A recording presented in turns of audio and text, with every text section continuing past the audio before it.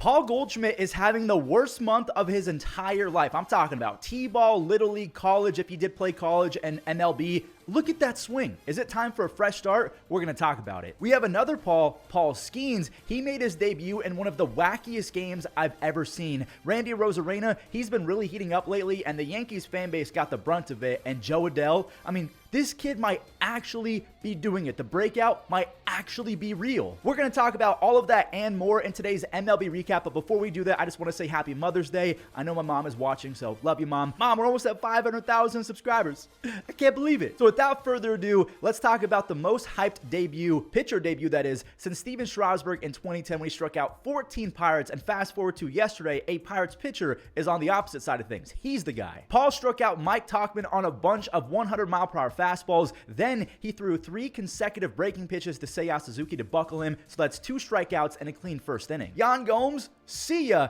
Paul had 3 strikeouts through his first 2 innings, and then he got the lead in the third. Connor Joe, he pulled a 3-run home run. And then O'Neal Cruz had a one-handed swing. I don't know what that was, but somehow he hit it 430 feet. The dude's power is legendary. Skenes, he was up by 4 when Nico Horner crushed a hanging slider. You hang it, they're going to bang it in the big leagues. But Michael A. Taylor, he got that run right back and then some, so it's 6-1 for Paul Skenes. So I'm thinking, okay, I know that Paul's on a pitch count, but he's up by 5. Maybe they'll let him go for the W because you have to throw 5 innings to qualify for a W. A Tauchman double and a Seiya single push Skenes out the game, but hey, he had 7 strikeouts over 4 innings, and say what you want, that's a really good debut in my opinion, and it's not his fault that his relievers threw 16 consecutive balls. Ian Happ, he got hit on the first pitch. Then Nico Horner, Michael Busch, and Miles Mastrobuoni all walked on 4 consecutive pitches. Nicholas, he was throwing things in the dugout. I don't know if it was more accurate than his pitches on the mound, but he's throwing things. All jokes aside, I did feel bad for the kid. It almost looked like yips. Josh Fleming, he threw 3 consecutive balls to make it 16 balls in a row. It ended up being a 3-2 count and another walk.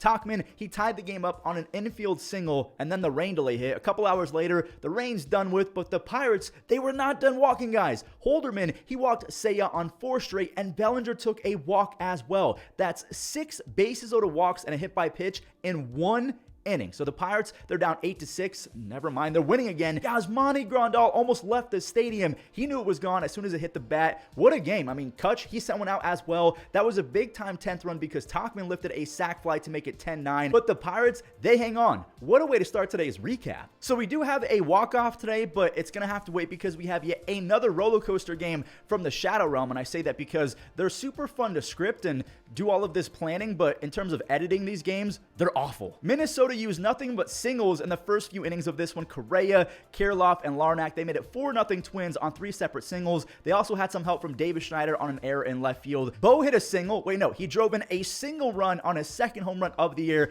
only to have the magical sausage make its return. Carlos Santana's 3-run long ball to dead center gives him 6 home runs, 15 RBIs over the last 2 weeks. That ball was at his eyebrows, and there it is. There's the magical summer tangy sausage. Toronto, they actually stole back a few runs. Vladdy, he smoked an RBI single, and then Davis Schneider, he made up for that error earlier in the game. Toronto, they're still down by 4. Wait, hold on. Danny Jansen, he cracked a 2-run home run to make it a 2-run deficit. Now Vladdy has a chance with the bases loaded, and this is what we've been talking about for the last 2 years. His 2nd single of the day tied it at 8. He's been crushing line drives and ground balls, but they've been straight to people the last 2 years. Vladdy's hitting .333 with a near 400 on base over his last 22 games. Ernie Clement blooped one in, but everyone had to wait to see if it dropped. It did, and the Jays, they're up by 1 now. They went up 2 after a sac fly. It's just that Romano didn't need that extra run, so we're going to skip to the final out. Back-to-back crazy games, and I don't know, it feels like this could be the game that turns around the season for the Blue Jays. The guy who started the scoring in this game was the same guy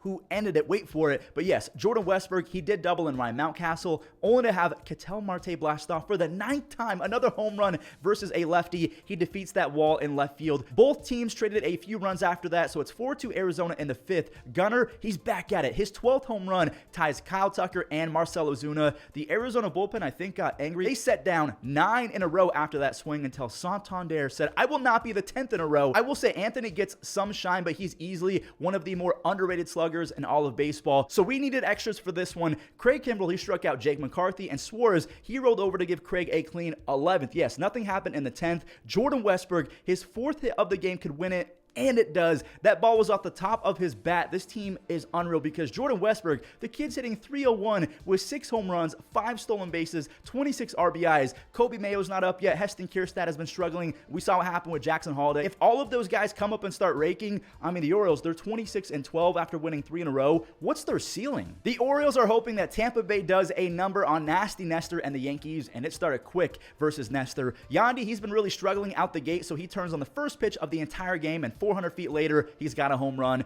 The Yankees, they have a red-hot Anthony Volpe, though, and everything seems to be landing for him lately. 2 more score on a flare single, and I don't know what could have happened after that. We'll never know because Grisham, he stupidly made the final out trying for third base. Don't make the final out at third. Stay at second base. You're still in score position. To me, that kind of smushed the momentum dead in its tracks, and now it's swung all the way back to Tampa. Randy Arozarena, he's on pace to have the weirdest season ever, actually ever. He's on pace for 29 home runs, 25 stolen bases, but a negative F-WAR. That's because he's only hitting 150 on the season. Now the Rays, they showed off the leather with 2 separate web gems. Ahmed Rosario, he went airborne, and Isaac Paredes, he unhooked the trailer for a sick play in foul territory. Did Soto, did he just change the game? Is that ball leaving? Nope, that is warning track power. That would have been a go-ahead 3-run home run. Instead, Yandy, he started another rally. His double scored 1 more, and Randy, he did the same thing. Randy used to be an easy 30-plus doubles guy, but they've vanished since 2022. He had 41 doubles and 153 games in 2022. He's only got 23 over his last 190. Anyway, Tampa, they make light work of the Yankees, and the Rays, they're back to a 500 record. One day after walking the Dodgers, San Diego sent out their B lineup. I don't know what their plan was for this game, but Freddie, he started the scoring off early off the knuckleballer Matt Waldron. That was off a knuckleball. Freddie's got 4 home runs. He held the Dodgers scoreless for the next 4 innings, and I say that because despite locking in, he's out after walking Ohtani in the 6th. And yeah, that run's going to score because Teoscar Hernandez might be the glitchiest 6-hitter in baseball history. Their 6-hitter now has 11 home runs, 33 RBIs. 7 of those RBIs have come in the last 3 games. And now you have another newcomer who had a great game. Starting pitcher James Paxton, he is basically unhittable when he doesn't walk guys, and he did not walk anyone in this one. 6 shutout, 4 strikeouts for Big Maple. James Outman, he is the definition of defense, never slumps. He made a Superman grab out there in center field. But here comes the Padres. Are they about to cook up a comeback? Arise and Tatis, both single, and that's a double. No, it's not. Max Muncy has been a vacuum this year. He has 3 DRS already at the hot corner, and like the graphic says, the Dodgers, they set a franchise record for the most games in a row allowing 4 runs or fewer at 18 consecutive games. The only team with more W's than the Dodgers is Philly, and they had a tough matchup in the fresh off the IL Jesus Luzardo. The Lizard Man looked incredible, which is very encouraging for Miami fans. Jesus actually had the lead at one point. He went 4 shutout to begin the game, so this Brujan home run gave him a 1-0 lead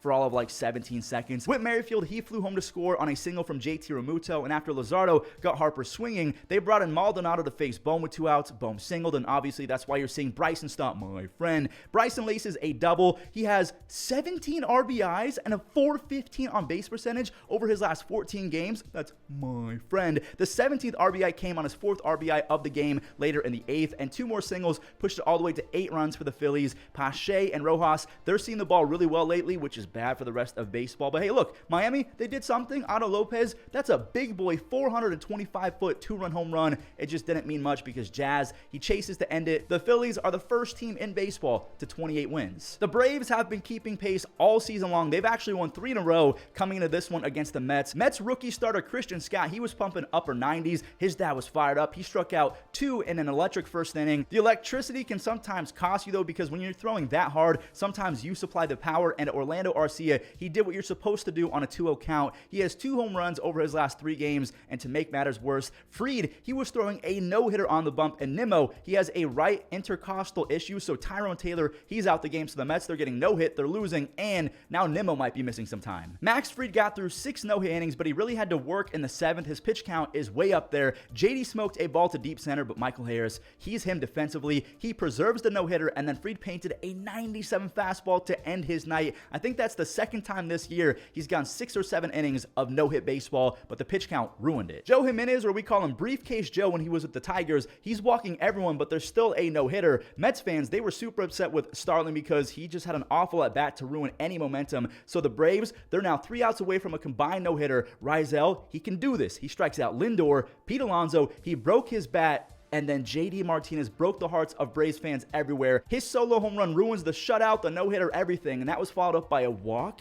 and then an infield single. I need Brett Beatty to have his signature, and dang it, that changeup really worked. I throw that same pitch in MLB The Show, and it gets hit 700 feet. So again, it just goes to show you that MLB The Show is not realistic. But anyways, the Braves, they've won 4 consecutive games in a row, while the Mets, they've dropped back-to-back games. Shifting gears back to some blowout games, the Tigers, they brought down the hammer on Christian Javier and the Astros. It all started after Colt Keith scorched the ball past John Singleton, and the bases ended up loaded for Riley Green. Javier was looking like a member of the Pittsburgh Pirates because he walked 4 hitters over an inning and a third. Now, that right there is not a walk, but everyone can walk home. I mean, Detroit is feeling themselves in their brand new City Connect uniforms, and Kerry Carpenter, he followed up a Wencel Perez double with his first of 2 home runs. The Tigers, they scored 7 in 1 inning. Houston, they scored a few, but like I said, Kerry had 2 home runs. His oppo power is impressive. Kerry Bonds now has 25 home runs and a crazy 125 OPS plus over his last 155 games. Screwball wasn't his sharpest self, but I gotta show some of his strikeouts. He struck out 7 over 6 1/3, and for the first time ever, he threw a ball 100 miles an hour. It's always fun to see him dice up people because he's now 5-0 with a 2 ERA, and dating back to last year, he has 162 strikeouts and 129 innings. The Tigers, they're 20-19. So both the AL East and the AL Central now have 4 teams with 20 Ws. They're the only 2 divisions in baseball with 4 teams. Who can say that? The Royals have 24 wins, and they're actually going to stay at 24. Yes, the Angels won a game. Get the tissues ready. Joe Adell's breakout season is something that the baseball world collectively has been waiting for a half decade. He did this off the nasty Cole Reagans as well, which gives him a whopping 7 home runs and 7 stolen bases. The whiff rate is a whole lot better as well. A whiff is a swing and a miss on pitches inside the zone, so he's finally doing damage on mistake pitches. Okay, enough fanboying. Let's spread the love. Kevin Pillar, he's been on a mission lately to prove that he's not washed. Salvi couldn't block this thing, so it's now 5-1 Angels, but Bobby Witt Jr. had the most MLB The Show single I've ever seen, so it's back to 5-2. Oh no, Tyler Anderson, he's still out there for some reason, and Isbell, he makes it 5-3. But remember how I said Bobby's hit was straight out of MLB The Show? This one, maybe even more so. Kevin Pillar got beat. He got jammed, but he's going to get 2 more RBIs on his 3rd hit of the night. Pillar then stole second base, and then Logan O'Hoppe sent a line drive down the left field line, so I think he had a 3 RBI night as well. Logan O'Hoppe, as a catcher, now has 12 doubles and 16 home runs over his last 85 games. The Angels, they beat up the Royals 9-3. The Halos win 9-3 over the Royals, and thank God they did that because Cleveland has literally looked like a T-ball team the last week. After Paul DeJong singled, he scored all the way from first on an RBI triple from Nicky Lopez, but the scorekeepers got it right this time. It was a double and an error on Will Brennan.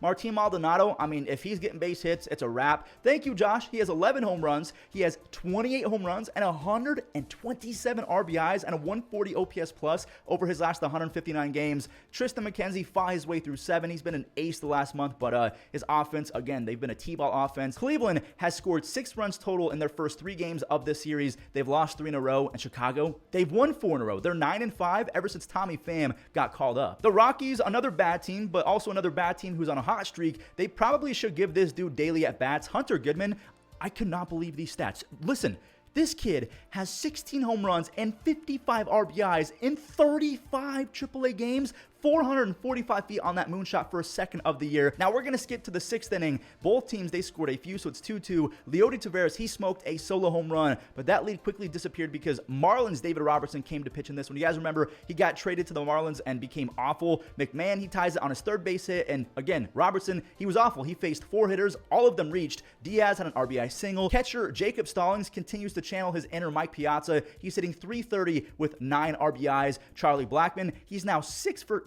Whoa, holy voice cracker. Yeah, Chuck Nasty, he's now 6 for his last 7 with runners in score position. He rips a pinch hit double, and out of nowhere, the White Sox, they've won 4 in a row, and the Rockies, they've won 3 in a row. If the Mariners win, they'll leapfrog these slumping Rangers, and that's a great start. Cal Raleigh, he said goodbye baseball. He's got 10 home runs. Abraham Toro, he does not have 10 home runs, but he does now have 16 RBIs. Brent Rooker, he's so strong that even when he gets sawed off, it's going to land for an RBI. So the A's, they're up a run, and look at Tyler Soderstrom playing some sick defense at at first base. He can be a lineup changer if he sticks offensively. Same with this kid, Lawrence Butler. He made a spectacular running grab to rob J-Rod, and Brett Harris at third base called his team the Platinum A's. They're making web gems left and right. Joey Estes and Bryce Miller, the pitchers, they were both good. They combined for 3 runs on 7 base hits between the both of them, but we're going to skip to the 8th because Oakland, they turned this into a blowout. Max Schumann, he cleared the bases on a double. He quietly has 4 RBIs and a .423 on base percentage to start the month of May. JJ Bleday, good lord, brother, that ball had a family. He launched a 2-run home run for his 5th. He has 17 RBIs now and a 121 OPS plus.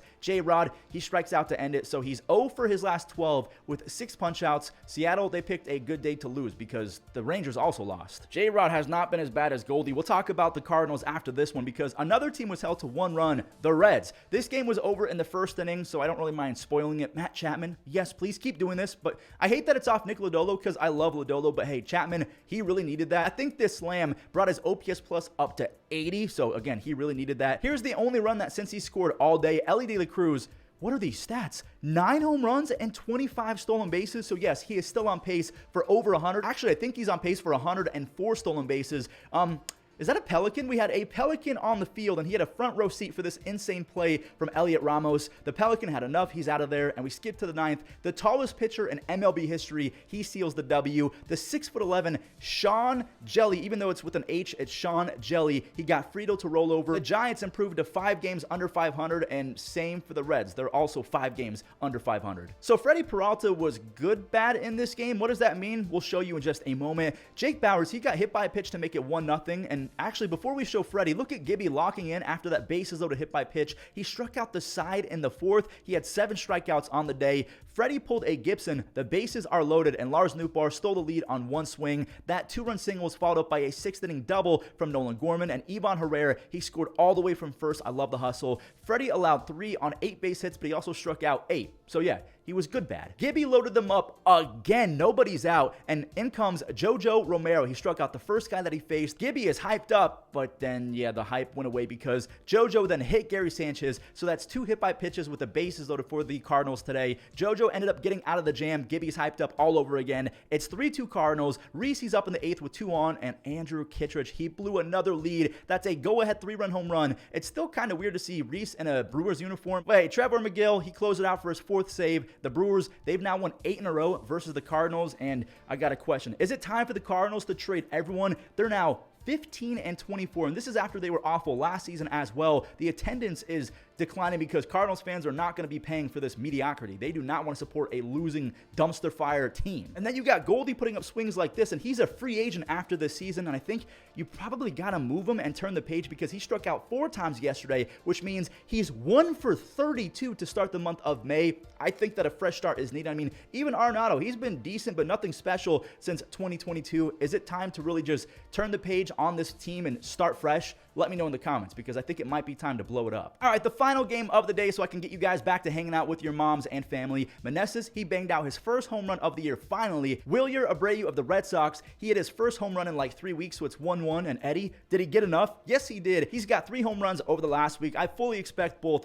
Tommy Pham and Eddie Rosario to get traded at the deadline. Cooper Criswell, he reset after that home run and he locked back in. He struck out 9 Nationals. That's easily a career high for him. He's still losing though, but not to fear. Jaron Duran is here. He has 43 doubles over his last 141 games, and if it sounds like a lot, that's because that's a lot. The score is still knotted up in the 8th. CJ Abrams, he tried a little bit too hard. That ball went into the dugout, so Rami Gonzalez, he's now at 2nd. Washington then also tried too hard. They walked the lefty masher, Rob Refschneider, to get to Rafael Devers. I mean, the matchup makes sense, but like, he's Rafael freaking Devers. That is a 2-run double to put his team up by 2, and then Jansen came out and did his thing. He now has 426 saves for his career. Yet again, he is 1 ahead of Craig Kimbrell, who has 425. Quick maths. Boston, they're back to being over 500. They're 20-19, while the Nationals, they're back to 500 at 19-19. So that does it for today's recap. Thank you all so much for watching. Have a wonderful rest of your day with family. Be safe and enjoy the web gems.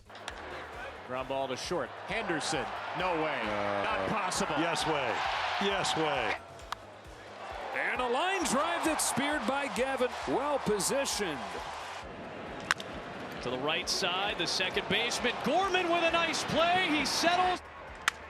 This one hit softly and a sliding catch made by Simeon. To right center field, slicing deep in the gap. Kepler, Castro. It's Kepler reaching and catching. Ground ball to second. Nice pick by Jorge Mateo, and he retires Carroll.